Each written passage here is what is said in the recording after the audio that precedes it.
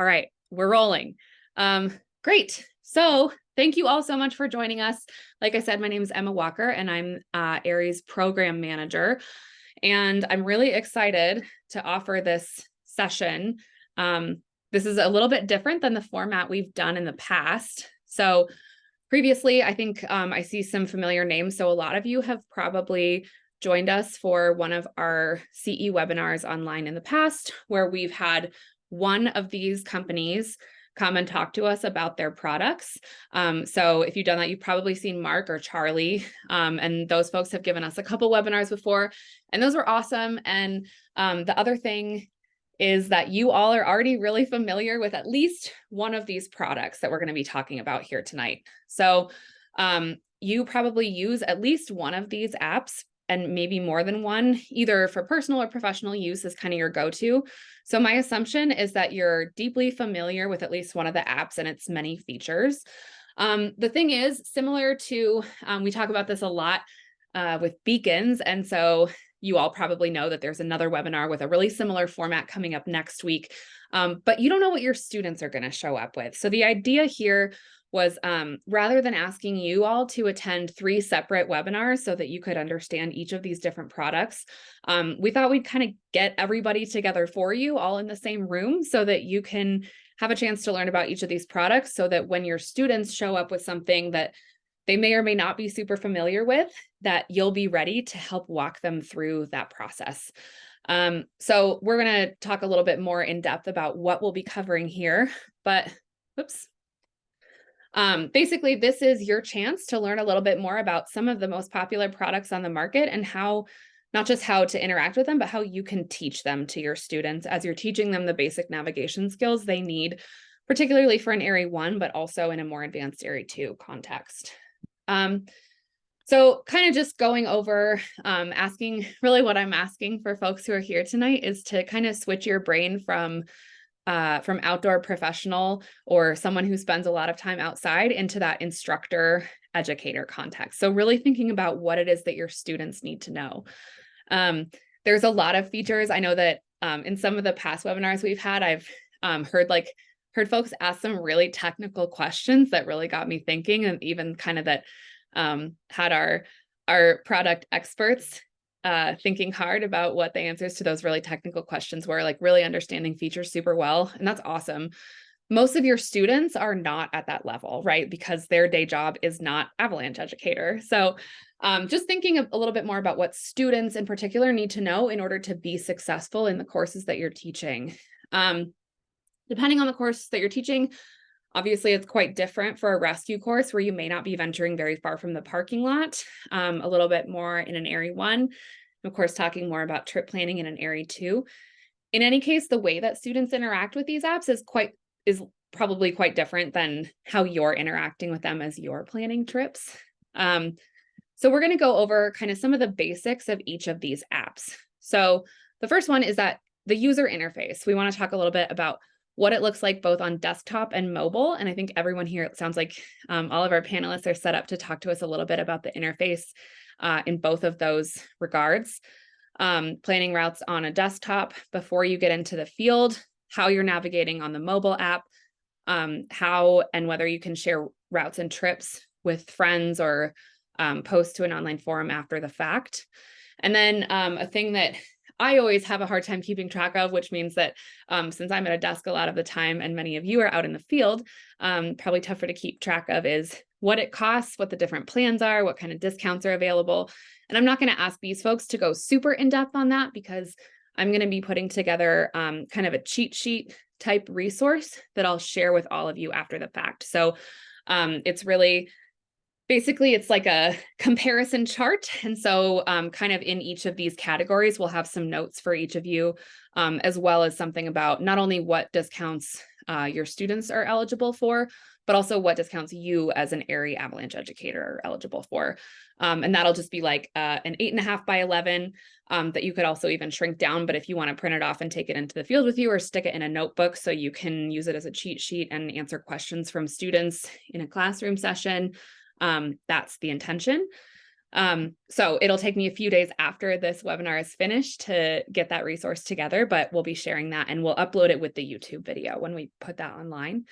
The last thing I want to talk about before I introduce these panelists and let you know who else is going to be here tonight and what they're talking about is, we got this group together earlier this week to talk about the format of this webinar and what that was going to look like.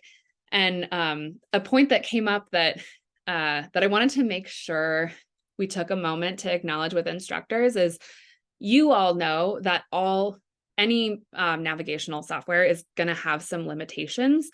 That's something that you as outdoor professionals are aware of, but it's not necessarily something that your students are aware of. So I just want to take a second to touch on a couple of points to make sure that we're all kind of going into this with the same context before I send us off and running. So you all know this, but slope shading and contour lines can be inaccurate depending on the size of contour lines. If we're talking about 90-foot contour or 100-foot contour, a 90-foot cliff could still be a pretty big problem for you. So thinking about those contour lines and also about slope shading, again, those micro features that you're finding, really it's meant to give a big picture, and you all know that, but your students are just learning this for the first time. So really remembering to kind of have folks temper their expectations and remember that it's really just one representation of terrain, and they need a lot more data in order to get a clear picture. Whether that means ground truthing what you see on an app by looking at your phone and then looking up at the terrain in front of you and comparing the two different things that you see, or whether that's looking at photos or whatever it is, you're going to need a lot more data. So the bottom line is that you can't just look at a topo map and plan a trip completely start to finish. That avalanche education and ability to identify avalanche terrain is still really necessary. So any of these folks here on this panel would tell your students that, and I just ask that you're also making sure your students are aware of that as you're talking to them about whichever app you're using. With that, I'm going to introduce these folks and we'll get rolling here. So, oh no, now my slides aren't advancing. Let's see. Sorry. There's always something. Okay, great. So before I even start introducing people, and I'm going to go through and tell you who's here, and then I'm going to have them each introduce themselves and tell us where they're from. But mostly before I get started on that, I want to thank them again and let you all know how grateful we are because these folks have a product to sell, right? So they all obviously believe that they have a good product that is going to be great for you and for your students. And I recognize that being in a room with your, somebody's in our little check-in the other day said frenemies, which I obviously love. But I think it's great. These folks are here in a panel with their direct competitors with the intention of giving our instructors a really clear picture of the market and what's out there. So it's not necessarily the most comfortable situation to be like, going in a panel where you're talking about competing products. So I just really appreciate that all of you are willing to make the space for this to happen, because I think it's awesome to make it really what's going to happen here is that you, our instructors, are going to get a good sense of what's out there right from the horse's mouth. And also that these folks are getting together so you don't have to go to a bunch of different webinars to learn. So super grateful for that. Thank you all. We really appreciate you being willing to do that in the name of improving avalanche education. So you're going to see some familiar names up here. So we've got CalTopo.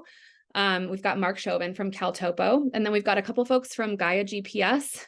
Devin, Abby, and Mike are all here to talk to us about that product. And then we've got Onyx Backcountry and Onyx Offroad. So Backcountry being the sort of the human-powered side of things, and then Onyx Offroad. If you're a motorized instructor, Onyx Offroad is probably the product that you're using. We've got Andrew and Charlie here to talk to us about that. So I'm going to start, and if we can just go in the order that's listed here on this slide, that'll just make it easier. So I'm going to ask you each to tell us your name, what your role is at the company you work for, and where you're based. Hi, Mark Chauvin from CalTopo. I live in North Conway, New Hampshire. All of us at CalTopo work remotely, so I'm the furthest east. I been working for CalTopo about a year. Before that, I was a full-time mountain guide and based in North Conway. Thanks, Mark. Awesome. Thanks, folks. Hey, my name is Devin Lehman. I am a group product manager here at Outside and the product manager for GaiaGPS. I'm based in Bend, Oregon, so roaming all over the Central Cascades. And I'm super excited to chat with all today. I actually took my Area 1 up at Mount Baker like a number of years ago, so maybe I'll see a couple familiar faces on this webinar. Hi, I'm Abby. I also work with Devin and Mike at Gaia. I currently live in Boulder, but Mark, I'm from New Hampshire, so that's really where my heart is. And Mike, I also work with Devin and Abby at GaiaGPS. I live in Southwest British Columbia, Canada, so definitely avalanche country, close to Mount Baker, although I did not take any area courses there. And I work as part of the support operations department at GaiaGPS. Happy to be here. Thanks, guys. Hi all. Andrew Barrington, work at OnX, lead marketing over on that front, and live in Missoula, Montana. So more west than the New Hampshire folks. And happy to be here as well. And I'm Charlie Von Avis, product manager at OnX. And I live in Bozeman, Montana. And sadly, it's been raining on snow today, which we don't like, but maybe it's snowing up high. It's just, the season's starting to turn and we're excited about it. Nice. Thank you all. All right, I'm going to stop sharing and I'm going to pass it over in just a second to Mark. Sorry, let me just pull up my outline here. So we've introduced everybody. I've given you some context for this webinar, and now we're going to jump into some product introductions. So each of the folks here is gonna, or each of the products here, someone's gonna share a product demo with you that's gonna answer some really basic questions about the app. So we'll talk a little bit more. We'll have some questions that I'll pose to each presenter after they've each had a chance to introduce you to their products, and then we'll have time for you all to ask questions as well. But I'm just going to give you kind of a quick rundown of what we're going to talk about in these product demos. So I'm just going to tell you all the questions that I've asked these folks to keep in mind as they share their product demos.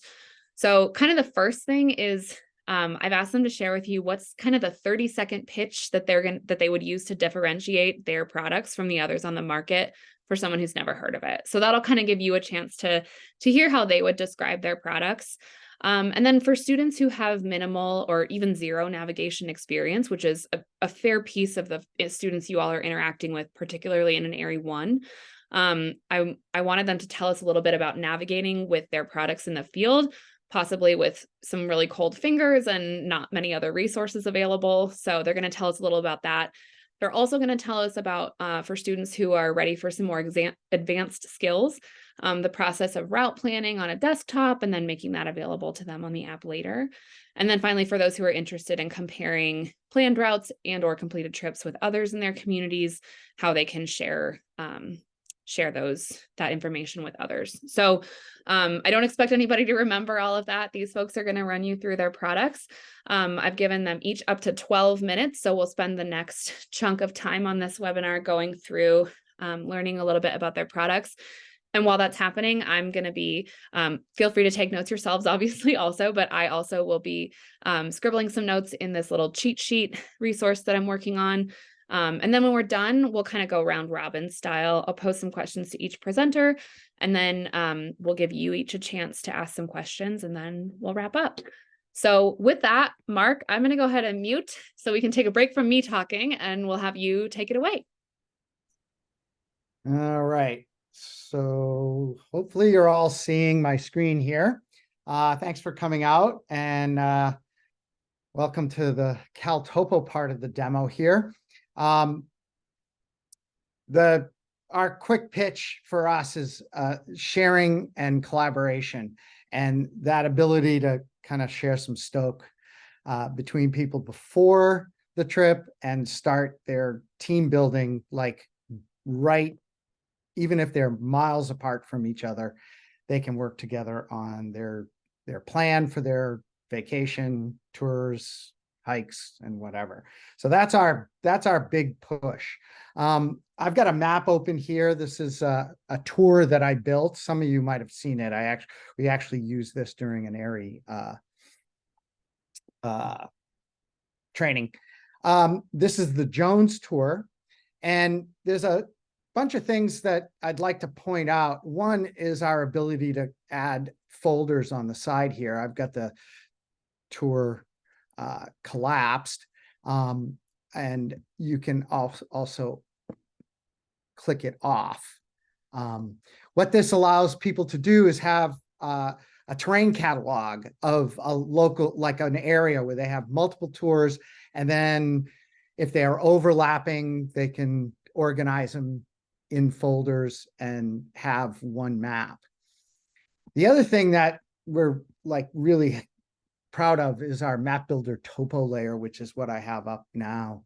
That map builder topo layer is sort of proprietary CalTopo. And I just really like it. I like pretty maps. The other thing that we use quite a bit in our personal planning is this Sentinel Weekly. Sentinel Weekly is the ability to see a satellite image roughly every week, about 5 days. So this is that area, and you can see there's some snow on the north faces there. What's interesting is we have the history. So I have, 21 days, or excuse me, 10/21, October 21st on there. And it looked like there was actually more snow back then. So like with these toggles, you can kind of see better the, what's going on early season and late season. We have other topo layers as well, like the Forest Service topo layer, which is a scan topo, so it looks kind of flat. So there, some shaded relief kind of helps out. And hopefully, I know I'm moving kind of quick. Hopefully the computer's keeping up. The other thing that we like, and this is fairly simple to do for people, and that's what we're trying to do, is create simplicity in planning, but get all the information. Wind forecast. I'm actually going to shut these all off and go back to Map Builder Topo because that's my favorite. And this is the nowcast, but it's actually a future cast, so it's a weather forecast. The next thing I'm going to toggle is going to zoom us because it's our avalanche layer. And for Colorado, the avalanche forecast layer is dynamic. Lot of bandwidth getting used. And so you can click on a zone, and the zones aren't coming up right now, so I'll just skip past that. The zones come up, you can click on them, and it pulls you into the forecast. I've got a lot of bandwidth being used at my Wi-Fi. Weather stations are another thing. They can pop up, and you can use nearest neighbor. This allows you to see Berthoud Pass is a good nearest neighbor and get to see the chart, about a week's worth of data, that kind of thing. So what we're trying to do is allow people to use these maps and plan their tours and work together. So one of our first sharing things that we have is, it's not really social media, but it's more or less of a heat map, is the shared CalTopo maps. And I have it as tracks only, and you'll see these white lines that populate. And I went through, I clicked on a few and checked out their maps, and I really liked this one. So I actually copied it and put it on my map. I don't know who this person was. It's a heat map. And what was interesting about this track is when I did the profile, it had timestamps. So I had at least how long it took for this person to do this kind of straightforward tour in the area that we'll be doing. And I saw that it took them 4 hours and 37 minutes, which helps, just gives me a baseline. So the next thing that we're really proud of is our trip plan feature. So you can get travel times for skiing, hiking, off trail based on standard munter rates, but this doesn't take into consideration any stops or things like that. But with our travel plan, you add waypoints along the way, it breaks up the trip into legs. And if you add time to the waypoint, like 10 minutes in the comments, it'll add that in the tour plan. And so as I toggle here to ski, you can see this is 5 hours and 52 minutes. It's probably a little fast relative to what that other person did, just a straight up and down. But this is how you can compare, and then you can always customize the munter rates if you so choose, and it'll change the time. So now 6 hours and 25 minutes. So the travel plan then can get printed and cool things can happen that way.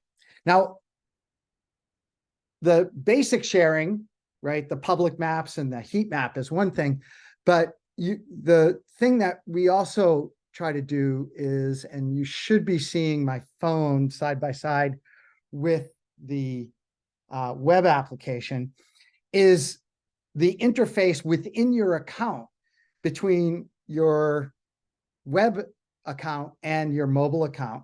So what I'm going to do on the mobile is I'm going to add a marker, and I'll just name it test, just because. And what you'll see, if I move over to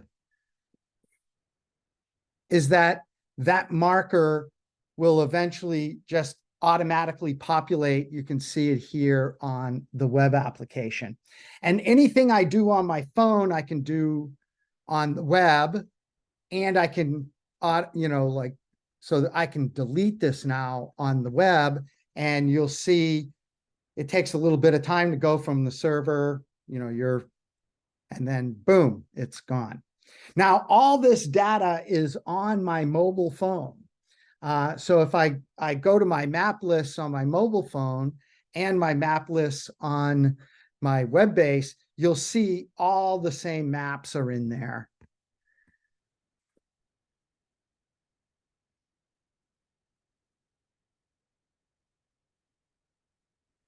So all that data, all the lines and points are in the phone all the time. What's not in the phone is the base map, this map builder layer, for instance. You have to download the sections of that, where you're going to be touring or going to. And so that way you have that base layer. But once that base layer is there, any map that you have for that region, you can open up on your mobile app. It's automatically synced between your mobile and your account online. So even offline, that data is always there.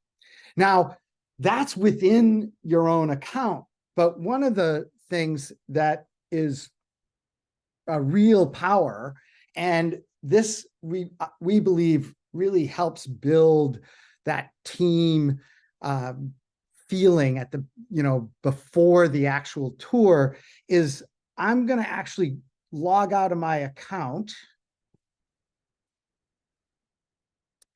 and sign into another account as if I'm a different user, as if like it's a friend of mine.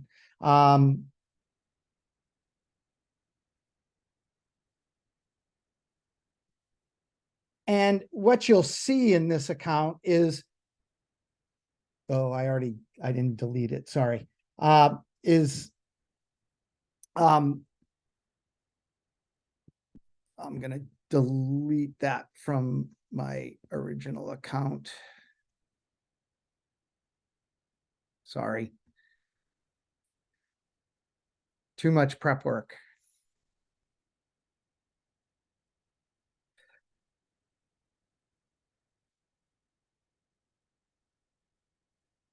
So you'll see, I don't have that AIARE panel map on this account anymore. Sorry about that little glitch. But what I'm going to do is just show you how simple it is to share it. I'm going to create a shareable link at the update level. And I'll explain those levels here in a minute. And I'm going to use the QR code. And I'm going to scan that QR code and create that bookmark. Now, again, anything I do on the phone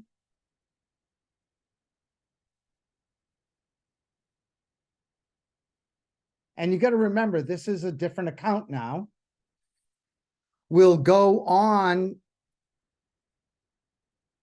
to the map. You can see that test. But if you look at the phone again, if I tap the blue line, for instance, because that person has update, they can't edit that line. So update means that anything that person writes to the map or puts on the map, they can edit and delete. I'll delete what I put on there and that'll go away. But they can't touch anything other people have put on the map. That's what write permission would do. And then read permission means that all they can do is see the map. So the bottom line for us is this sharing starts the team building process right from the beginning. And our sharing ability is relatively simple. And the map is dynamic. And then they can share that map and use that map in the field. And with a simple tap, they can record a track while they're actually touring. That's it for me. Thanks for hanging in there with my screen sharing and all that. I'll stop sharing now, and hopefully that, I couldn't see if you all could see that, but hopefully it all worked out right. Oh, we saw it all. Thank you, Mark. That's awesome. And your timing was just perfect. So thank you. Great. Okay, thanks, Mark. We're gonna pass it over to Team Gaia now. Awesome. Thank you, Mark. Thank you, Emma. And please bear with me because we're going to be hopping between different interfaces because I can get quick time work. So let me know if you are unable to see just the one screen that's pulling up Gaia right now. Looks good. Sweet, thanks. And I can't see anybody. So I just wanted to kind of start with like the kind of question that you asked, Emma, about where we see ourselves, how we can help instructors, how we can help students like myself, and just kind of why GaiaGPS. And so here at Gaia, we think of ourselves as having like all of the maps to support your outdoor adventures. Specifically for myself, backcountry skiing, I used to joke that I was a backcountry snowboarder that worked in tech. I ended up finding Gaia, and years later, that's why I work here. But we really like to think of ourselves as like the Swiss Army knife of mapping applications. In addition, and we'll get into this during the product demo, we really like to bring you from that journey of a maybe curious backcountry adventurer all the way to the advanced explorer or educators like yourself. And we really like to leverage that platform because we want to, help educate folks and then help reward them for being outdoors. And then also just as kind of a byline is we're global, right? So if you're planning a tour out in, let's say the Alps versus myself in the Central Cascades, everything I'm about to present to you is available. So with that, I'm gonna make my screen a little bit bigger. And you're gonna be like, Devin, what am I looking at here? So with GaiaGPS, kind of our core functionality is really our map layers and then the topographic map assets that we've built for ourselves. At first, you might look at this and you're like, hey, there's like a lot going on, Devin. I got snow forecast, I got snow station, slope angle. But what I'm going to key on real quick is our custom topographic map that's specifically built for winter. And so you can see Bend here on the right, on the left, all of these beautiful contour lines and shadings. And y'all might be like, oh, cool. All right, this is where we can start planning to do some stuff. First thing you're going to notice are these blue highlights. These are actually recorded tracks that have been made public. Our teams have recognized these as like backcountry enthusiast lines. So this might be cross-country skiing, this might be snowshoeing, touring, things of that nature. We highlight that for you. We want to say like, hey, these are areas that people are exploring. We're not saying go there, but just to kind of get you an idea of like what we're first looking at. And in the vein of like helping you understand and therefore educate those students, one of the things that we're super proud of recently is our updated map legend. So we talked briefly about that backcountry ski zone. If I just highlight over my map legend, boom, I can see, okay, cool, backcountry ski zones. And maybe you're like, well, Devin, I live in Eugene, Oregon, or, you know, near British Columbia. The farther I zoom out, the more zones that will get highlighted. But we're going to kind of pan into this for a second. And so when I think about what I do on a tour, obviously, and Emma talked about this, limitations from GPS in general, but like research what you're going to do in things like weather. So for GaiaGPS, if I, for example, want to plan a tour, my local ski hill, Tumalo Mountain, I can click directly on it. I can click, hey, what's up with current weather? And we've partnered with the company OpenSnow, who y'all are probably familiar with, to give us this. So we'll give you 3-day forecasting, both wind speed, temps, and you can change that based on, you know, if you want to see imperial or not. But then also just in terms of access, which I think is really helpful for me, because sometimes I'm lazy and I'm like, I want to go on a predetermined trail. We're pulling in things like snowmobile trails for you. So again, I can start in that legend aspect, just highlight over and be like, give me an idea of where I should tell my students where we can start looking to go tour. Cool. So I'm going to start again back at that like layers aspect. You're going to see a number of things that are put up here. Winter topo, definitely your best bet for getting ready to explore in the winter. We also bring in things like we mentioned before, snowmobile trails, give me that Swiss Army knife of saying like where the best access points or where could access points start from. I often add in things like 24-hour snow forecast. We go up to 72 hours, as you can see. I also always add an avalanche forecast because we want to figure out how to be safe. And then we've referenced this before across the entire teams, but slope angle, right? Like I can read this and know that the darker colors probably mean more dangerous, but to Emma's point earlier, this is funny, I'm looking over here now to see you, Emma. Like these colors don't really mean that much at a first glance, obviously. I want to stress the importance of like, we're giving you these tools, but you need to know what's going on behind the scenes. So when I think about creating a tour for myself, one of the first things that I generally do is figure out those, you know, plan A, plan B, plan C, and then red lighting areas to not go. And within GaiaGPS, one of the things that we allow you to do is create these areas, right? So let's say hypothetically, I either have intrinsic knowledge or know that this area is, you know, like a 50-foot cliff, and I do not want my students to go into that area. I can say, hey, this is a 50-foot cliff. I'm going to save this. And then let's, in the vein of sharing, put this into a new folder that's, you know, AIARE Instructors. Great. So I say, okay, cool. This area is not what I want. Maybe I want to tour around, go up the snowmobile access point, start just planning some fun laps. So the first thing I'll do is hit route. You're going to see a number of shortcuts that pop up on the screen. You can set this to do not dismiss, but you know, I work in tech, I like hotkeys, and I'll start planning. So for me, I know access starts at the road. I'm going to hit my first point. I'm going to follow that snowmobile trail up the whole way. I'm going to get to the summit, and let's say I accidentally click too many times. I'm like, well, this isn't actually what I want to do. I'm just going to hit a bunch of undo. So it makes my route planning super simple. But for the sake, I'm going to say, cool, I'm going to run the face. I'm going to tour back up where I think is the safest. I'm going to get back to the summit. And then instead of having to click all the way through, I just want to get back to my starting point. I'm going to hit get back to the starting point. Guy's going to snap it to me. And I'm going to say, you know, route number 1. Within the routing tool itself, you're going to see things like elevation profile, so you can get an idea of what that level of effort would be. We're going to show you the total ascent, the max elevation, the min elevation, the descent, and I can add some fun notes like, you know, getting ready for a fun day, whatever it might be. And again, I'm going to save it. Within the save function as well, I always want to make sure that it's going to the file that we've talked about before. So I'm going to throw this into AIARE Instructors, and we'll talk about how to share that in a second. But there's some other really interesting things that I like to do when I'm planning a tour, or at least explaining Gaia as well. Is like, all right, cool. Figured out what areas I could green light, figured out what areas I want to red light, got a base idea of like how I want to start my tour, but maybe I want to add some waypoints along the way to remind me to do things when I'm in the trail. So here I'm going to add a waypoint that's going to say, you know, check weather forecast. And for me, I'm, you know, a little bit of a nerd, so I like to do like emojis and stuff.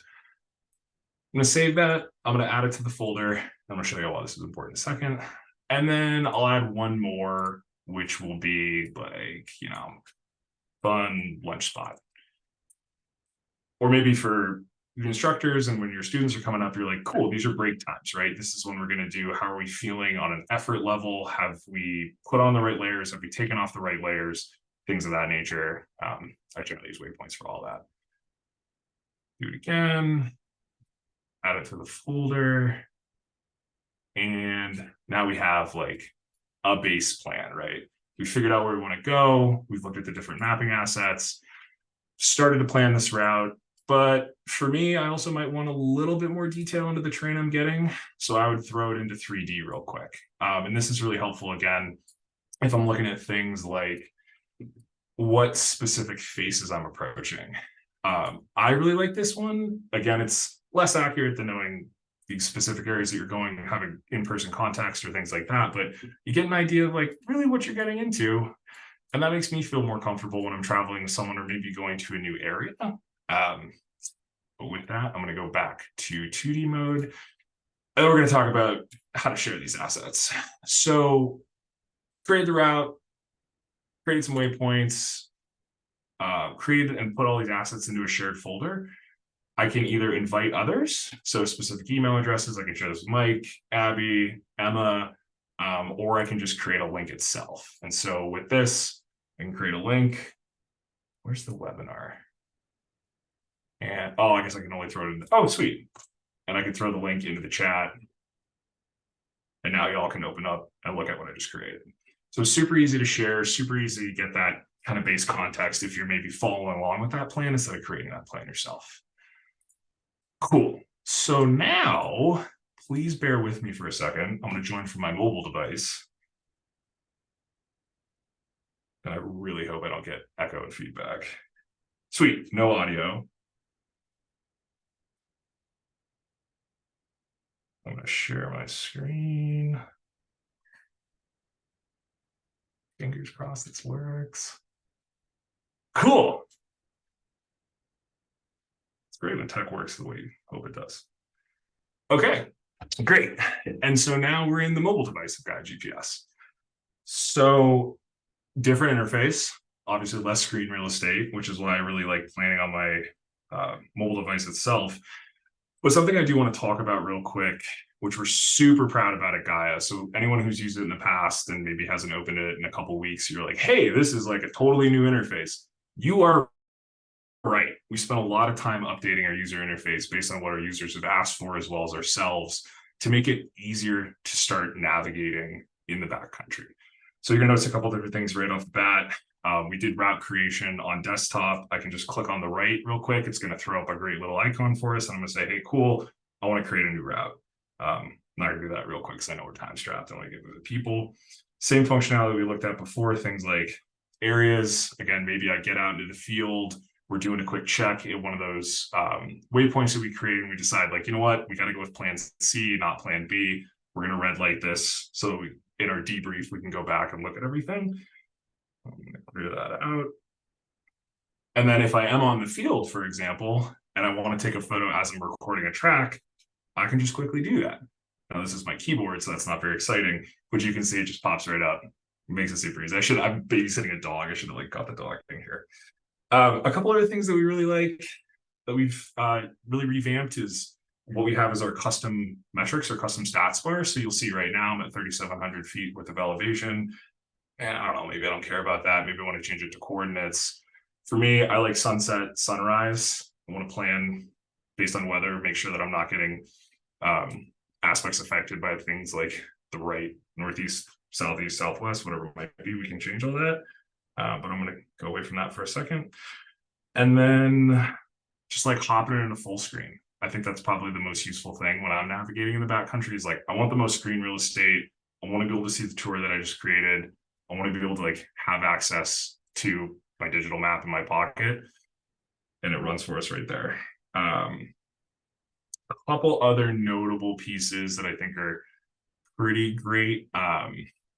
When we are in the mobile application, and we talked about this earlier, like I generally want to record things if it's not, you know, a 3, 4, 10-day trip. I want to see how long it took me to do this so we can go through those debriefs. That's right in the top left-hand side again, which is new. Let me just delete this track. And then if I had faster internet, which is kind of why I was stalling right there. Oh, great. Okay, cool. Now you can see what I just created show up on my mobile device. So we do automatically sync. There's no push function that you need to perform when you create a route on web. It does show up on your mobile device. And that's what that gray line represents. So I can click into that real quick. You can see that route number 1 that we just created. I'm going to scan up. You can already see it's in my AIARE Instructors folder. I put in my note that says, hey, we're getting ready for a fun day. We get the total distance, the total ascent, the total descent.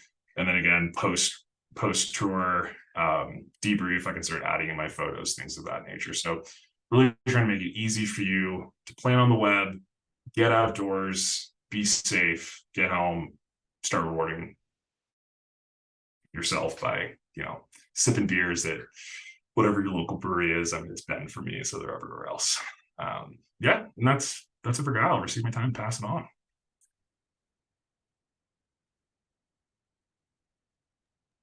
Awesome. Thanks, Devin. Great. Okay, I'm going to just keep this rolling. So save participants, go ahead and save your questions. We'll have a chance to ask in a few minutes, but we're going to do one more from Team Onyx. So take it away, Charlie. Awesome. Thanks, Emma. Hi, everyone. Again, my name's Charlie. And hopefully you're seeing Onyx Backcountry. Let me just see if I can get this. Okay, cool. So yeah, this is so like Mark and Devin just showed, you know, Onyx is a mapping tool that has a desktop version as well as a mobile version. I will demonstrate both here. But real quick, I'll just do a around the horn to kind of orient you to this tool and sort of the way that we've organized it. Kind of specifically for the outdoor adventure. So I guess our 30-second pitch is it's all the map data that you need for skiing in one place. It's way to analyze terrain, check conditions, create tour plans, and sort of validate that against expert curated guidebooks, as well as sort of special terrain layers that we've been developing with the avalanche community as well. It's got, you know, it's a fully featured GPS app. Kind of a lot of stuff that I will demonstrate is very similar to what you've seen from Devin and Mark as well. But yeah, I'll just dive into it to kind of show kind of how we've thought about laying out sort of all this data in this tool in kind of a way that tries to meet the adventurer where they are. So Onyx Backcountry is organized in modes. So right now we're looking in trail mode, which is kind of the map that we curate specifically for hiking, and we bring in all these this trail data, and you can filter trail data for hikes. We've also got mountain biking mode, which we're pulling data from our partners at Mountain Bike Project. Snow mode, which is again kind of, if you switch into snow mode, we then try to curate the experience specifically towards what you need for planning a ski tour. And finally, fresh off the presses actually today is climb mode, which we own Mountain Project, so we kind of pull in data from there too, but that's a different talk on a different day. So snow mode is what we'll talk about most today, because we're you know, that's the product, or that's the part of our product that is you know, really specific for backcountry skiers. So to orient you kind of just to some of the highlights of snow mode, one of the big value props that we have is that we've worked with guidebook authors across the country, in particular Beacon guidebooks in Colorado.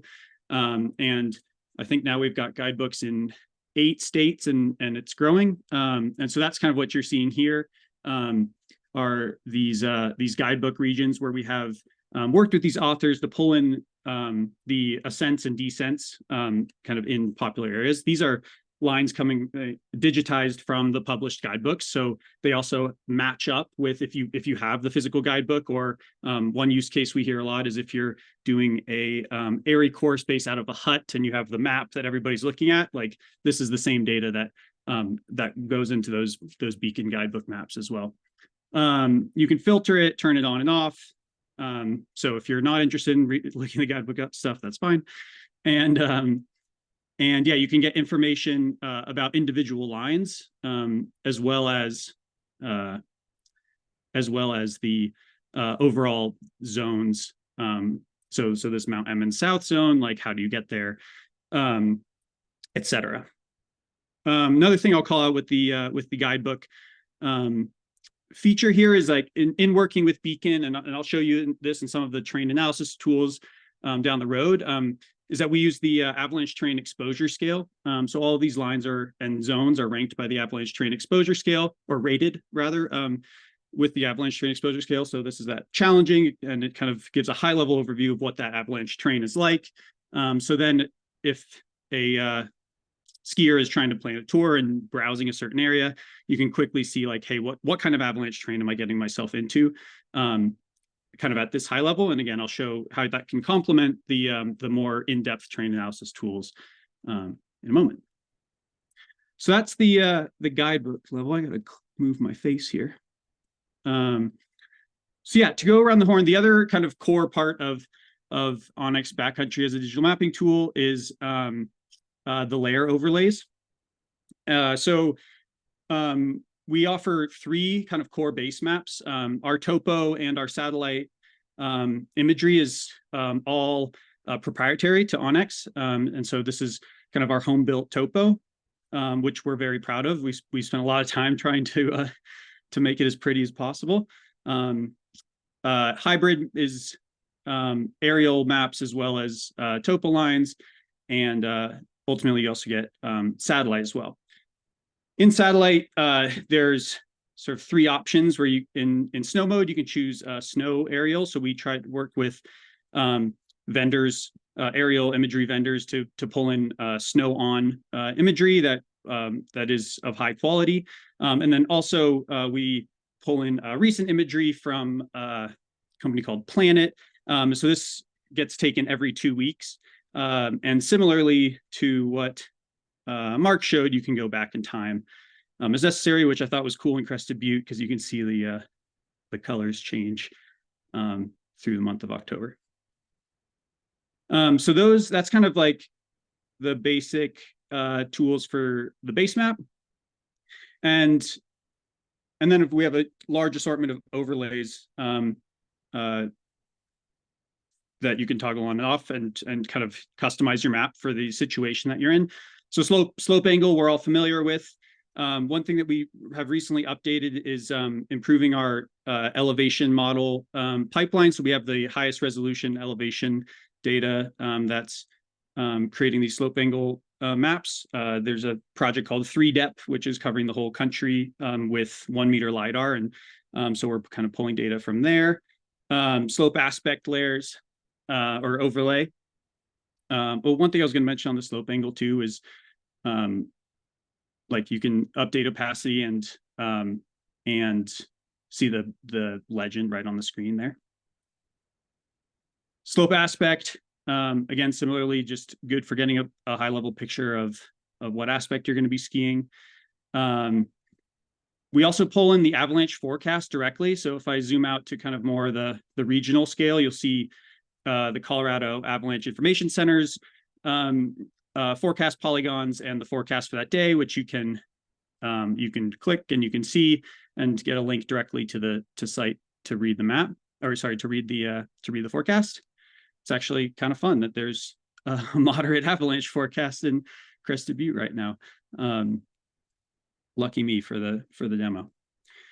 And finally, one thing I would be remiss to not mention for onX, given our history as a hunting app, is we have private and public land overlays. So public land is sort of baked into our base map. It's default on, and you can turn on private land data if you pay for the highest tier. So the other things that we're really proud of and that we're excited to show, and these are actually in beta testing right now, and they're going to be something we're rolling out over the next couple months, but we presented it at ISSW last month, or this, I guess it was, no, yeah, it was last month. It's November now. Is these avalanche terrain overlays that we have here. So the avalanche terrain exposure scale I mentioned before.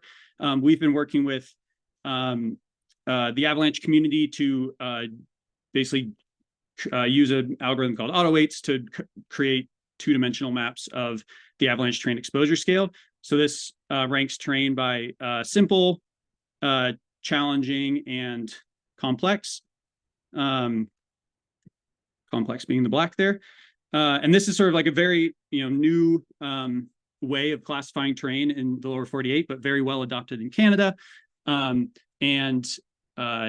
It's we're really excited about the production of these layers because the underlying model allows us to also model or create visualizations for avalanche runouts, which this layer that we're looking at here is a visualization of avalanche alpha angles.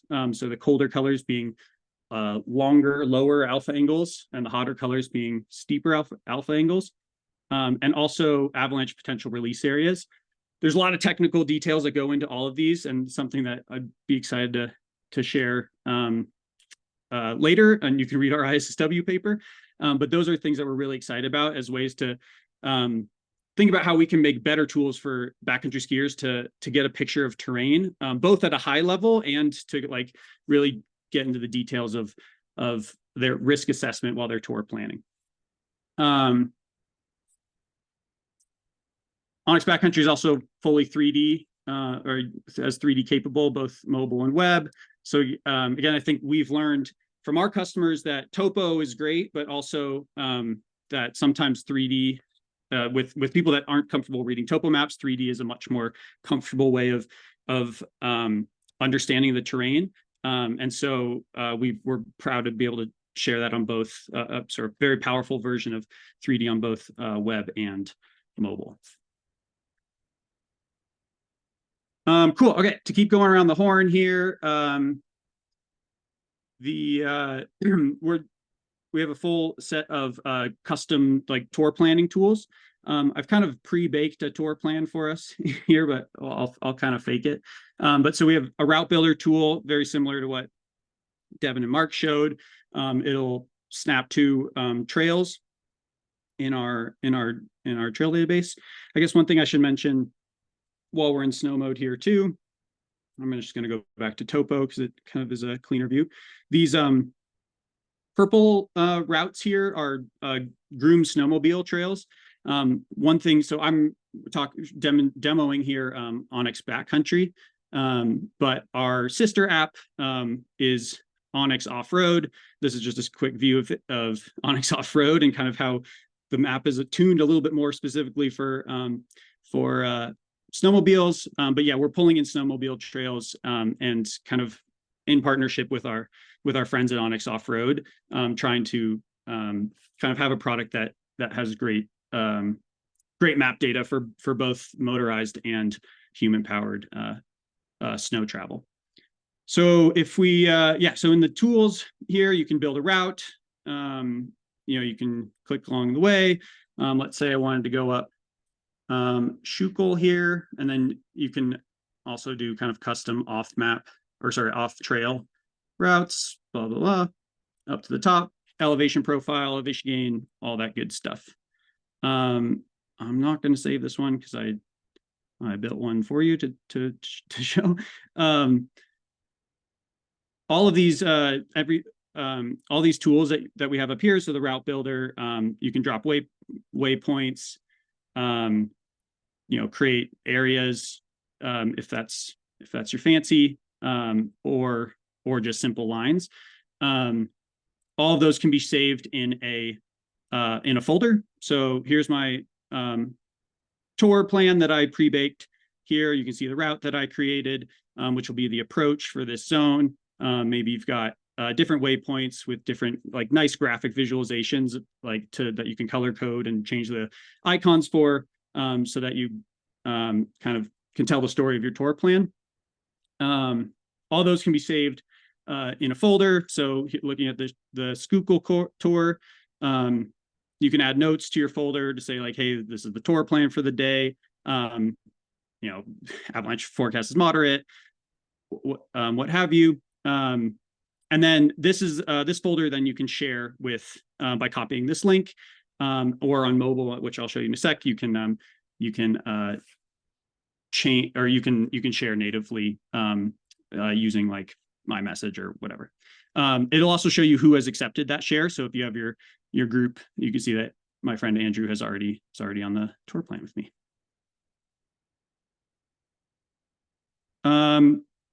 Great. So that's kind of overview of web. I'll jump over to mobile now.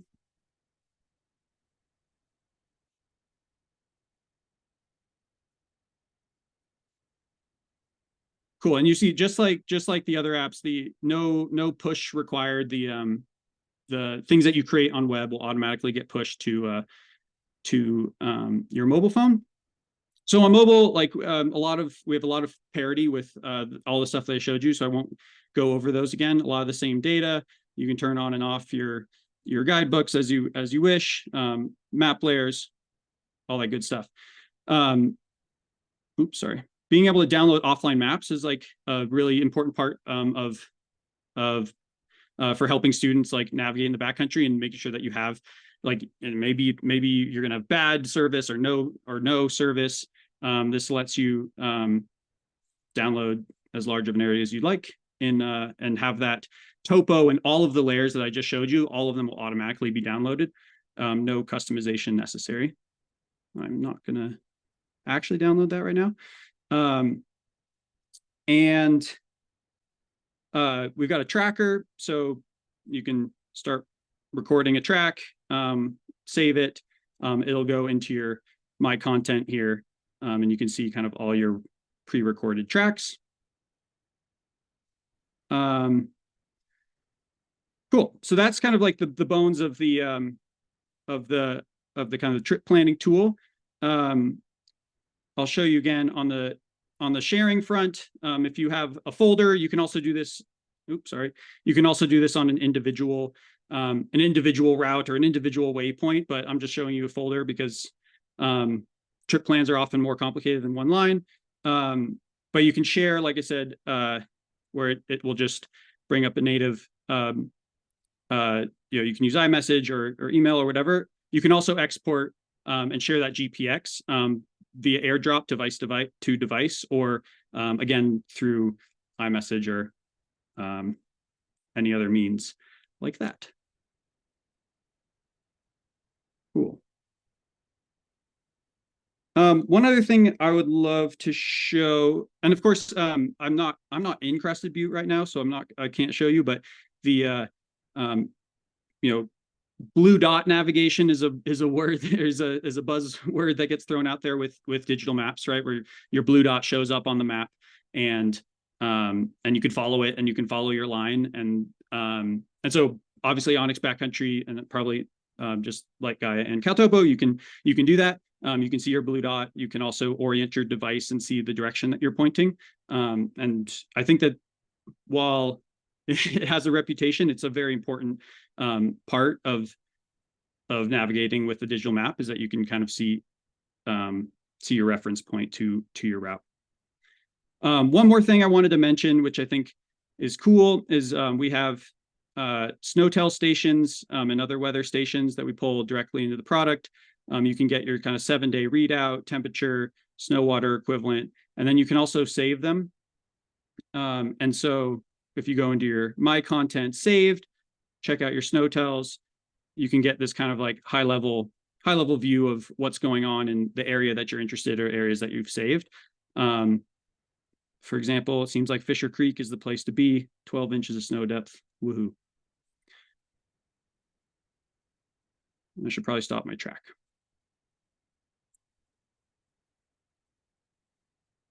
So yeah, that's the overview for Onyx Backcountry. And I'll throw it back to you, Emma. Awesome. Thanks, Charlie.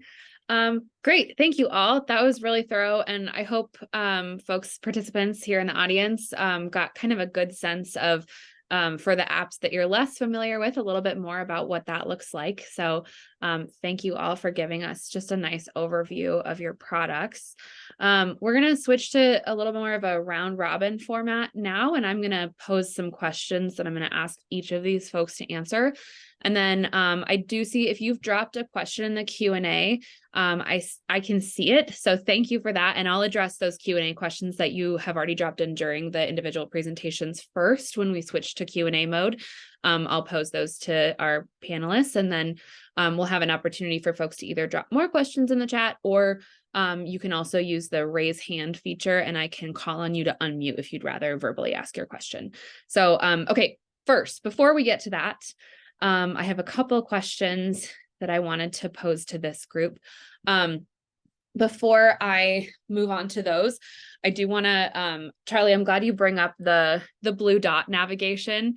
I think I hear kind of mixed things from instructors on that. Like, I think this isn't so much a question as something that I just would love for instructors in the audience to be thinking about, is that, you know, sometimes I hear folks say like, yeah, that can be really problematic, right? If you're just like, I'm not really looking around, I'm just looking at my blue dot, and I'm not necessarily ground truthing or using handrails. I'm just like, looks like I'm here, but I don't really have the spatial awareness of what's around me.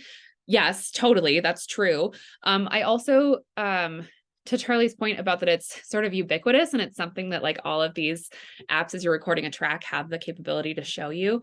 That's a nice thing in that you're really meeting your students where they're at. All of your students have probably used like Google Maps or Apple Maps or whatever is their preferred, like whatever they use to get from point A to point B. If they're in a new city and they're using a GPS or Siri's reading them the directions, that's something that's really familiar to folks. And so anytime that we can meet our students where they're at by relating what we're teaching them to something that they're familiar with in their lives already is really useful. And so just noting that that's a feature that these apps have the ability to do, that's something that just really thinking about ways to relate. You know, I feel like I hear instructors often say like, a lot of my students can't read a map. And like, that's true. Like people who don't necessarily recreate in wilderness areas don't really have as much reason to read a map anymore as they used to. And I won't go, we all have our opinions on why that is and whether it's a good thing or a bad thing. But the reality is a lot of students are coming to us and really being asked to navigate for the first time. So things like that, like, hey, you recognize this little blue dot? It's just like in Google Maps, like things like that can really make students feel welcome and at home, and as if this is a skill that they are totally capable of picking up. So just wanted to call that out since Charlie brought up that point. Thank you.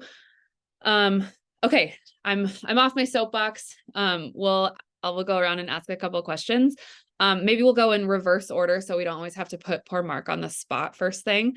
Let's go. Let's see. We'll do Onyx first for this one. I'd like to ask each of these folks a little bit about what resources are available for instructors who might be in the audience to help them teach students about your app. So I know that some of you have like some additional resources for folks who use your products all the time that maybe help them get a little more in-depth knowledge, whether that's like a program or a website or a person that you can reach out to. I'd love to hear a little from each of you about what resources are available for instructors to help them teach students to use your product. Charlie, take it away. Yeah. So we actually have a couple of resources that I'd love to highlight. So one thing that we're starting this year is called the Friends of Onyx program, where you can sign up as a professional, and we are creating videos, and we'll have like kind of a online resource for folks to be able to kind of participate and so that we can help educate and share like best practices of using Onyx Backcountry. So the Friends of Onyx program, I guess look for that. Maybe that's something that we can send out. So that's like more direct. That's like literally like, here is the resource for you as a professional to come to Onyx and learn more. Another thing is that we've now for the last 2 years run a series of master classes that are on our YouTube channel and are online as well. Those master classes are probably better, actually a resource that you could point your students to say like, hey, like go check out this, like watch this video, because it goes into detail about like this concept that we're trying to get across for tour planning. The sort of third one is that we actually have an awesome in-house customer support team. You can, I think that actually if you go to, in our app, if you go to contact us, it just puts up like a phone number. And the reason for that is because like there's Grace will answer the phone. Actually, maybe, or maybe it'll be somebody else. I don't know. But our customer support team is super awesome and would love to talk through any sort of particular issue or any particular advice that you need in terms of like learning how to use the product or teaching the product as well. Awesome. Thank you, Charlie. Gaia folks, how about you? We have a bunch of resources. The first one is a Gaia 101 course and then a Gaia Advanced course that you can find 101 on YouTube. Currently, the Advanced is on Outside Learn, which is like our Learn platform, part of the Outside network that has classes on all types of things, including how to read topo maps. Mapping classes go beyond Gaia. Hopefully, we're going to get that out from behind the paywall. That is a short-term goal. And then we also have a very in-depth help center, which answers basically every question you could ever have. Videos on our YouTube channel that go beyond the 101 and advanced courses. And then also our blog, which we talk about every new feature, all of our maps, how to use Gaia for backcountry skiing, how to use maps to stay safer in avalanche terrain. We've done interviews with Bruce Tremper, etc. Sweet. Thanks, Abby. And Mark, how about you over at CalTopo? Unmute. Our big thing is our user guide training it's at the website training.caltopo.com, and it's pretty detailed documentation for the program. It's hard for me to talk about our customer service only because that's kind of where I work. So it's hard for me to brag about our customer service, but it's awesome. The main customer service person, Rachel, is awesome. And then I do tech support for any, how would I call it, minor tech issues. And then our developer team is very anxious to help customers. So when things get complex, we have a big part of CalTopo is search and rescue.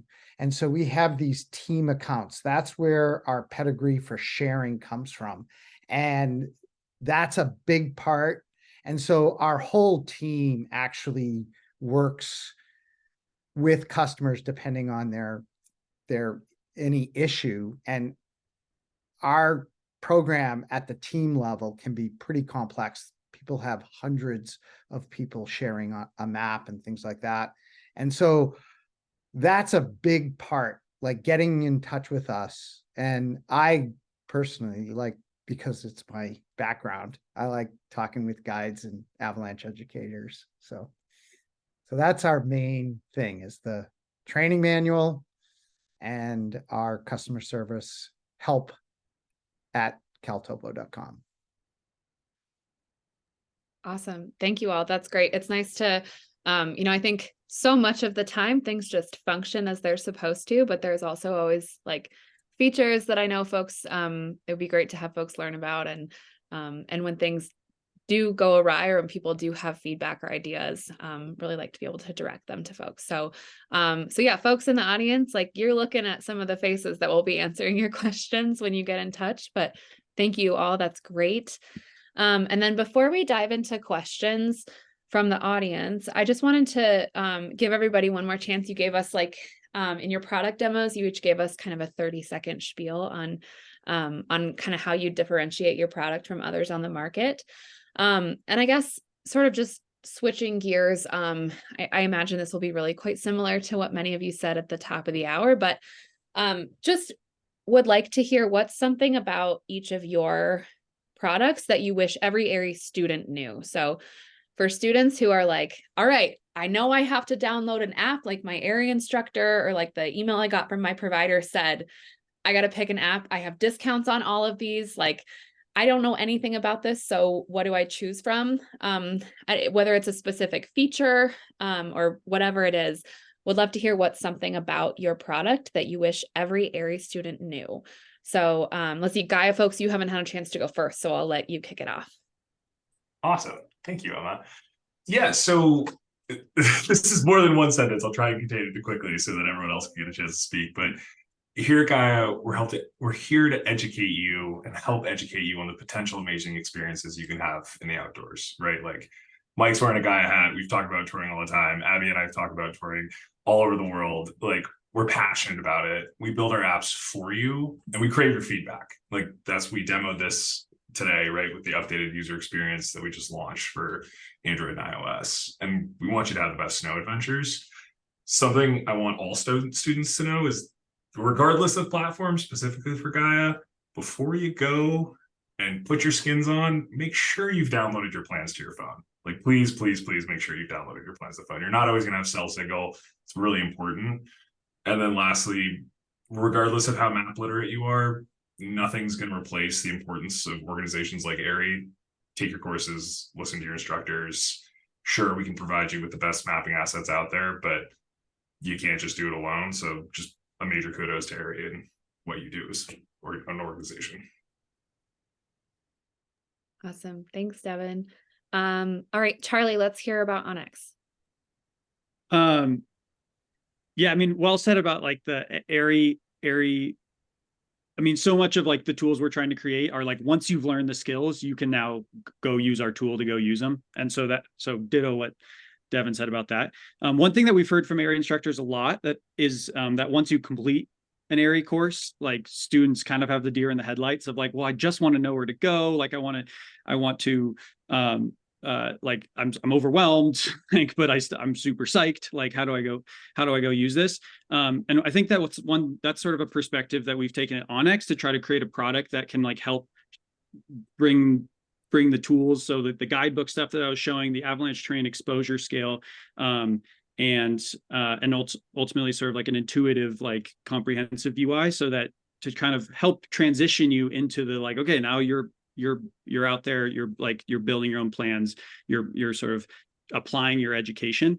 So I think the main thing that we want AIARE students to know is that like sort of through that commitment to those data sources that we're bringing into the product, we're trying to make it possible for them to get out in the field but not necessarily have to go into challenging avalanche terrain, and having some confidence that maybe they're not going into challenging avalanche terrain because we're providing those tools for them.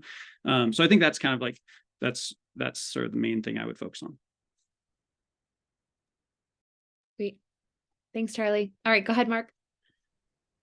Yeah, so I feel like, at least in this panel discussion, I'm being a bit of a broken record in that the big thing I want to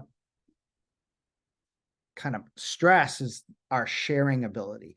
That ability to share amongst a lot of people, like 2 or 3 people in a touring team, to, like I said, with our teams, we call it sort of our commercial side, but it includes volunteer search and rescue teams where 100 people could be on a map. Those kind of things for us is this idea of team building at the beginning of the trip, before the trip starts. AIARE pushes the idea of working as a team. And for us, that fits in really well with our whole strategy of how to create a tour plan, how to map, how to just get psyched. And then that sharing between those people so that they can actually manipulate the same map is super fun. And it's for how complex that is, it's very simple on our platform. Awesome. Thanks, Mark. Yeah, I'm sure I'm not the only person in the audience on this call who has used and still uses for different purposes, different apps, whether I'm planning a route or in the backcountry, or when I'm with students versus, depending on travel mode. So yeah, it's really, you really can't go wrong. You're steering your students to, these are what AIARE believes to be the best products on the market. Obviously there are other mapping apps out there, but a lot to think about when it comes to what is going to be useful to your students. So we'll, at the very end here, after we've gone through some questions, I'm going to give each of these folks a chance to just give us a quick overview of what they're offering to both AIARE instructors and AIARE students, and this season specifically. And then I will when I send out some follow-up information, I'll include that in the cheat sheet. And then I'll send you in writing where and how you and your students can access those. For the most part, AIARE shares discount codes directly with students, or your provider will do that. So you as instructors don't necessarily need to be the ones providing that information, but there's a good chance students will ask you, one, what you use, and two, how they can access and what their discounts might be. So, and of course we want you to know what discounts are available to you. So we'll go over that at the very end, so stick around for that. Okay, I'm going to switch gears over here to some Q&A from the audience. So 2 questions have already been answered. And so Brad, thank you for both of those questions. Devin answered the question for Gaia, and Andrew answered this question for Onyx. So those are in the answered portion. I think if you're an audience member, can you see that? I should know that. I think folks can see those answered questions. Otherwise, I can share those answers later. But just to keep things moving, I'm going to read aloud a couple of the questions that we've gotten so far, and then I'll give folks an opportunity. Feel free to keep dropping questions in the Q&A, or in just a minute, I will, if you want to raise your hand, attendees, I'm happy to call on you to answer or ask a question verbally. So this first one is from Daryl. Let's see, timestamp is 6 o'clock. So I guess that would be while Charlie was talking. So I think this is probably an Onyx question.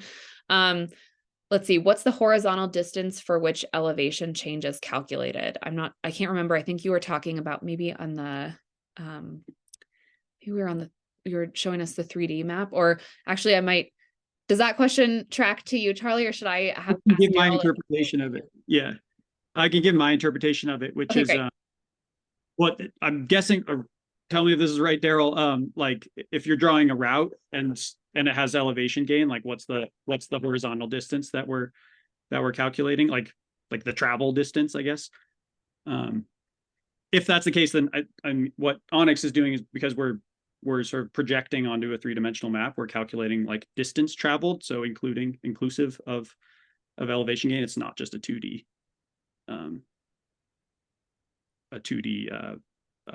projection. Okay, Daryl's raising his hand. All right, here we go, Daryl.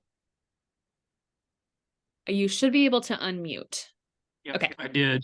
Great. So I'm wondering, in your profile, how often do you calculate the elevation change? So do you calculate it every 100 feet, every 100 meters? We calculate it. I actually don't know. Well, I mean, the interval changes based off like the length of the route. So it's not like a perfectly set interval. But I don't know off the top of my head, but we tried, it's like, yeah, on the order of like 10 meters. 10 meters. Okay. Thank you. Thanks, Daryl. Okay.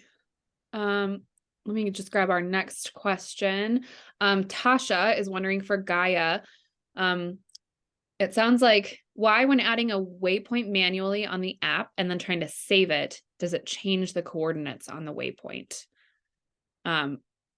Gaia folks, if it's easier to ask Tasha to, I think Tasha's still here. If it's easier to ask Tasha to verbally ask the question, I know sometimes like if a different person is reading it, like the intonation doesn't make sense. So if it's easier. I can take that. Thanks, Tasha. Okay, great. So, that's not operating as it should. The first thing I would do is just check that your GPS permissions are set correctly and that you do have good GPS reception. If that keeps happening, just reach out to us. So in addition to our online resources, we do have like a dedicated help center. Mike runs that team. So massive thank you to Mike for sending this ahead of time. This is not just coming off the top of my head. But if you are running on an issue, you can either get help via the app or the website.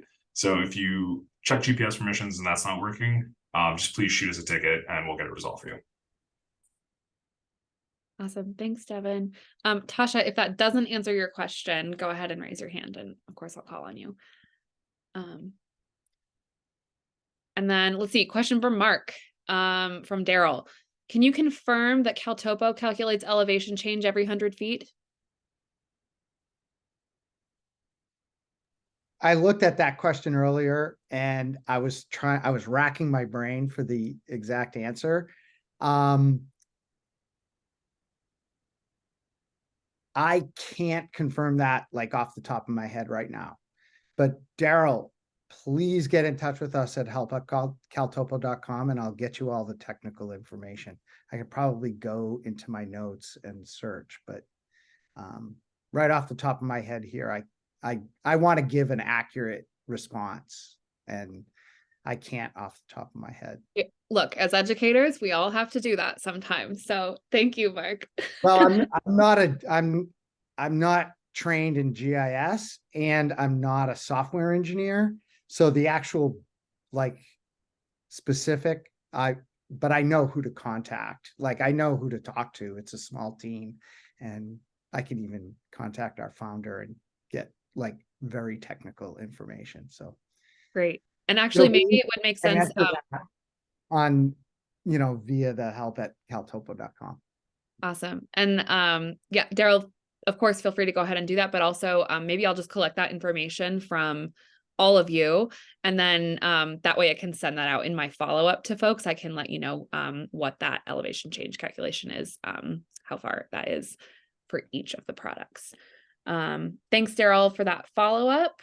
And then, okay, Tasha's raising her hand. So Tasha, I'm going to give you permission to talk. You should be able to unmute and ask your question. Hey, everybody. How's it going? Hi, Tasha. Hi. Okay, so I teach a wilderness navigation class, and in that class, we're teaching students how to make waypoints and save them, but it always seems to, when we teach them how to add a waypoint, not current location, but actually add a waypoint, put in coordinates, and then when they save it, it somehow changes it. And it doesn't matter whether what coordinate system we're using, but it always seems to happen.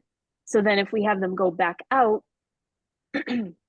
or go back into the saving and correct it and then save it again, it sometimes corrects and sometimes it doesn't. So I'm just kind of wondering, is this just like some kind of fatal flaw, and this is when we're like out clear in the field where there's great reception. So I'm unsure of it, why it happens. And this is Tasha and Gaia specifically that you've had this? Yes. Okay. Yeah, if you could log a ticket, Tasha, with all of that information, we'll look at it with fine tooth comb because that's not operating as it should. So I will post, or maybe Emma, I'll send you all the resources that we talked about with how to do a help request. But yeah, please file it, and then you can always email me too and go straight to the source. So I'm here to help. Awesome. Thank you so much. I appreciate it. Thanks. Yeah, Tasha, you've come to the right place. So ask and you shall receive. We'll get that taken care of. I know. I've been dealing with this for like 3 years now because I teach the course twice a year. And every time we're just like, I don't know, this is why this just happens. So you just have to double check. We should have done this 3 years ago. Please reach out to us. It's so validating to hear someone say like, oh, that is a thing that's not supposed to be happening. So awesome. Yeah, Tasha, thank thank you. I appreciate that. Thank you.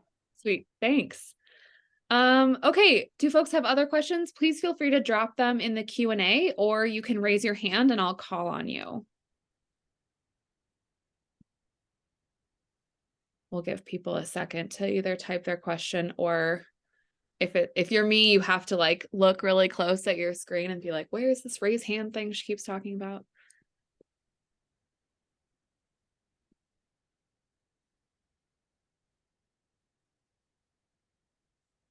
Awesome. Okay, well, I'm not seeing anything come in yet, but no rush if you're still working on typing out a question or formulating a question. Why don't, just to keep things rolling, why don't I have each of you tell us a little bit about what you're offering for AIARE instructors this season and what you're offering for AIARE students. And then folks, if you have a question that you think of during that time, we still have some time, so I'm happy to give you to give us a little bit more time to ask questions. So feel free to drop those in the Q&A while we're chatting about this, or raise your hand and I'll call on you as soon as these folks are done, and we can come back to questions in a few minutes. So yeah, again, my question was just what you're offering for AIARE instructors and what's on offer for AIARE students this season. Don't worry about letting folks know how they can access that, unless there's a specific, I know a couple of you, I think maybe have a specific, like a landing page that AIARE instructors go to. And that's great. Feel free to drop that in the chat when you're telling us about it.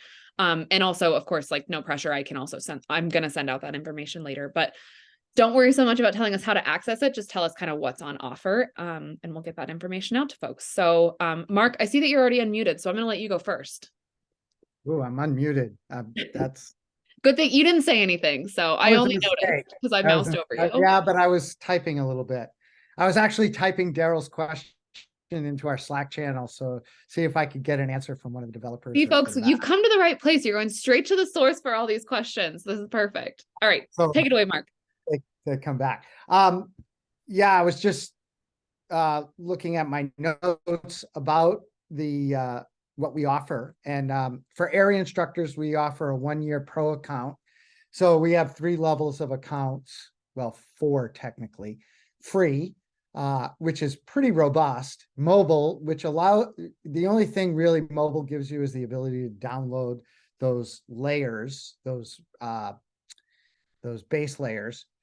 Your data populates on to your phone and all that, but the base layer, you can't do that unless you have the mobile subscription, which is a $20 a year subscription. We give Pro, which gives you the travel plan, gives you a bunch of features that's the level most people want, or the features they use. And then we have a desktop level, which is adds some GIS ability. In other words, you can bring in WMS, WFS data.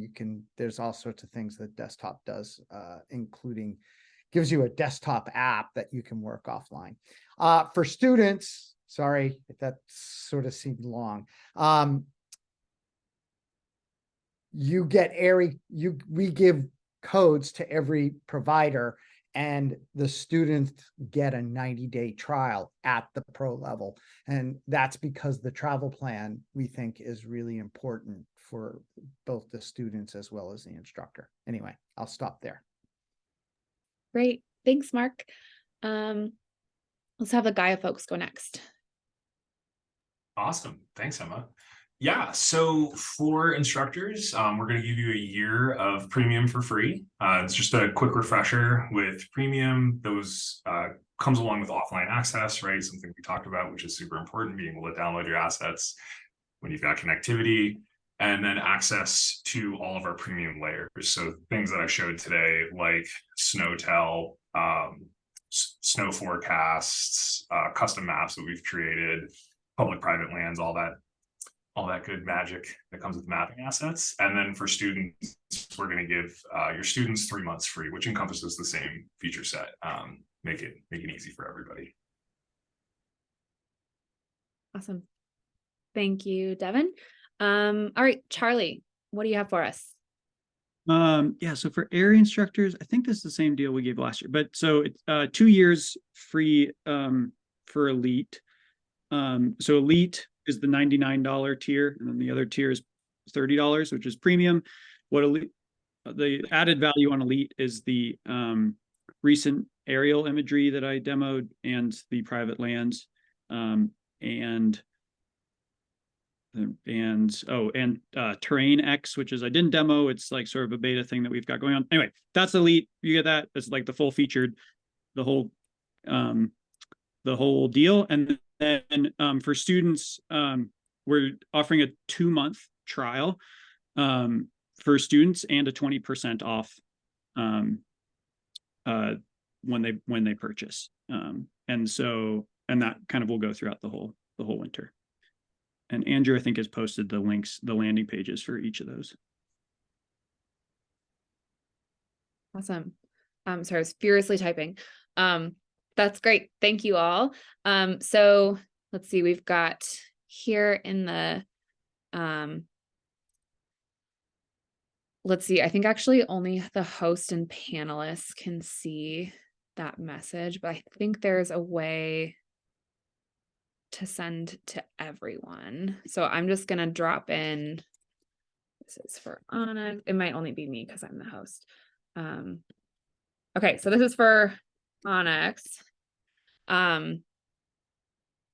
Let's see.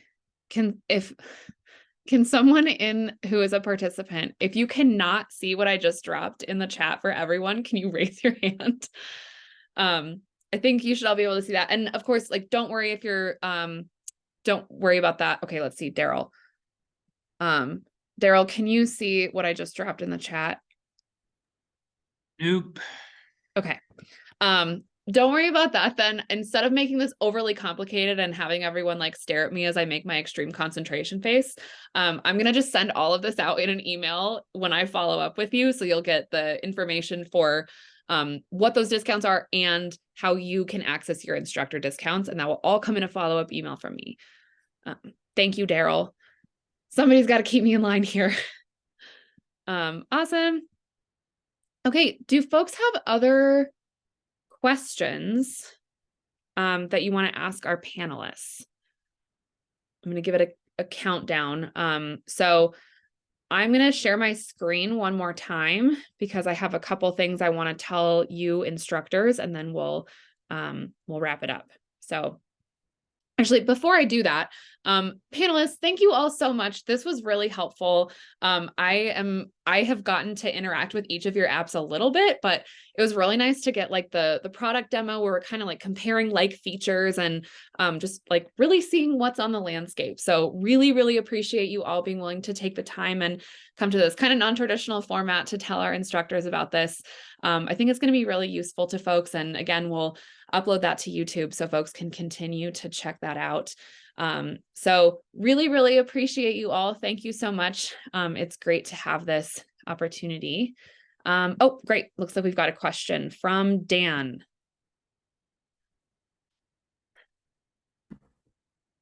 Yeah, thanks, guys. I know there was something that came up at ISSW that the Swiss mapping folks presented that included kind of a crux mode tour planning that kind of identified where some of the cruxes of specific ski tours were. Any updates from each of you on whether or not you're kind of looking at integrating that feature into each of your kind of tour planning modes?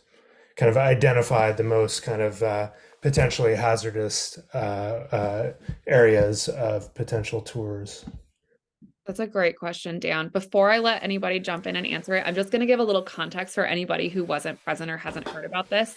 So the Swiss folks, because they're always way ahead of us here in North America, those folks have managed to, they have created, there's essentially a layer where you can see if you put a route on your, if you've like got a route up on your desktop planning mode, you get like a cute little exclamation, like a diamond, a yellow diamond with an exclamation point in it. That's like what they're calling a crux point. And that's essentially, my understanding is that it's essentially, they use both sort of a combination of slope angle shading and kind of an eights model, so that if there's a part of your route that goes through, like crosses avalanche terrain, is an avalanche run out, or is, you know, crossing challenging or complex terrain, or that the slope angle is such that it's an avalanche prone point, that you can see there's like a little alert that's like, hey, careful, you might want to watch out for this crux point.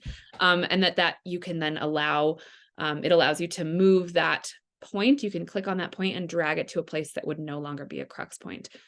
Please feel free, if Dan, if I've like totally botched this explanation, feel free to correct me. But just for folks who weren't present or haven't maybe heard about that yet, that was my understanding from the presentation at ISSW. But anybody, feel free to jump in if I haven't captured it. Okay, I'll let someone who knows more about what's going on at your specific products tell us about what your response to that is. Yeah, maybe I can jump in on that. So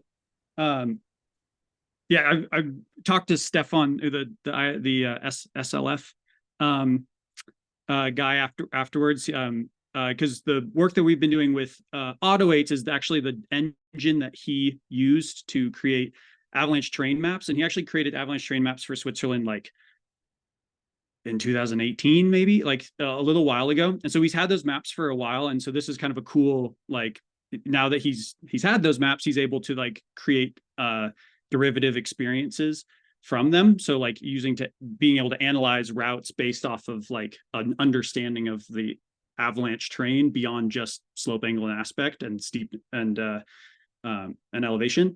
And so yeah, so what kind of previewed with the avalanche terrain exposure scale layer and using Auto8s to get to like model avalanche terrain and runouts and potential start areas. That's sort of step one in that direction. And I think where that goes is that then we can like build derivative experiences off of that. And so it was really cool to see his presentation, because I think that's definitely the direction that we're going at, at Onyx.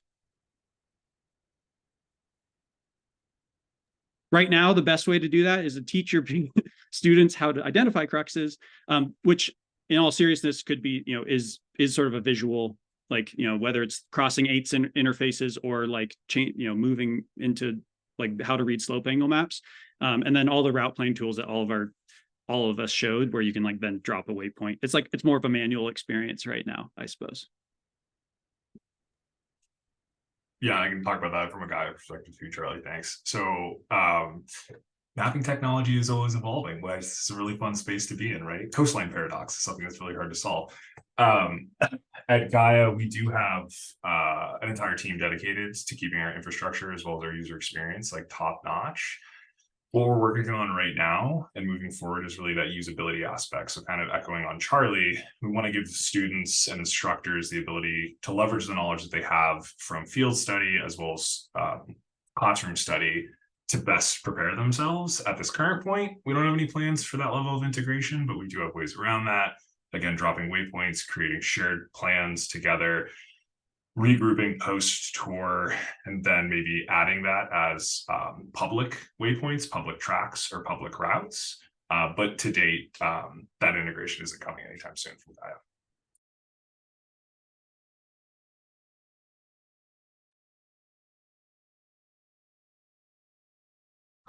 I heard a little bit about this. Matt was at ISSW. I wasn't. He had a small synopsis about this. Our founder, Matt Jacobs, he's the one that looks at new technologies or new data sets. And he's very finicky. He's really careful that we know that the platform, I'm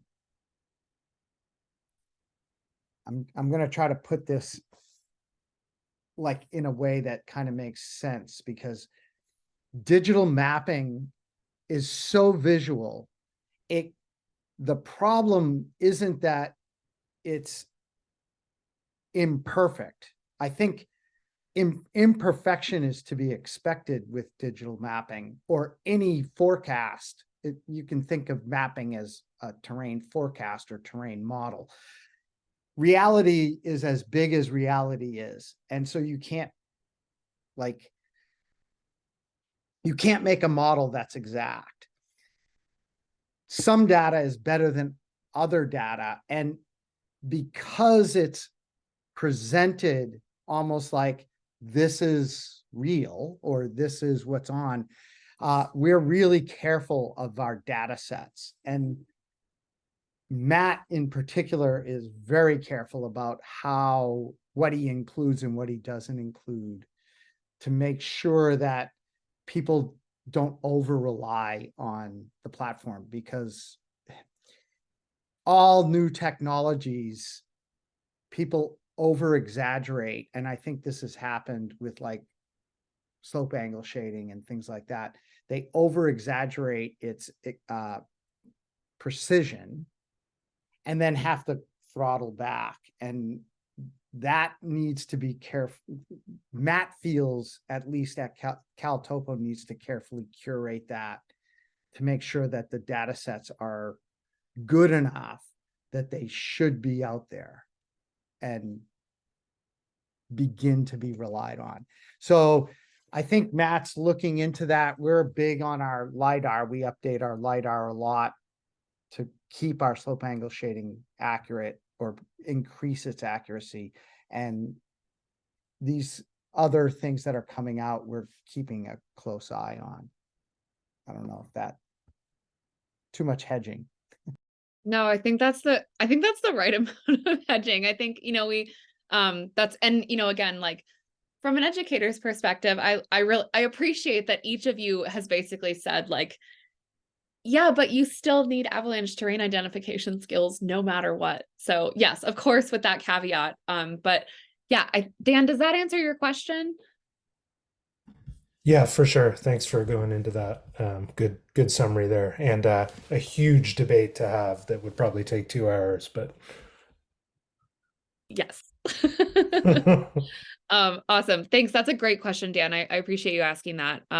It's always really interesting to hear kind of what folks have planned based on the new information that we're getting. That's one of the really exciting things about things like ISSW. So glad to hear we came away with some new information in addition to many of us coming away with COVID from that conference. Awesome. So let's see. I think, and it looks like the question in the chat, that was Dan. So I'm going to dismiss that. Awesome. Okay, of course, if you have more questions, we still have a couple minutes left, so I'm happy to stick around. But while we're doing that, I'm going to go ahead and share my screen one more time. So you all know how to access all of our CE opportunities because you managed to sign up for this CE opportunity. So you know that avtraining.org /continuing education is where you can find the rest of our webinar series. A quick note, we did have to reschedule the curriculum update webinar that we had scheduled for last week. I unfortunately had COVID and did not have a voice, so I was not able to deliver that webinar with our updates to the AIARE 1 online learning, but I am really excited about the updates that we made to that online learning over the summer. Oh, whoops, that's not a panel with these folks. Clearly, I had to update these slides at the last minute when I rescheduled that webinar. That's just going to be a workshop with me.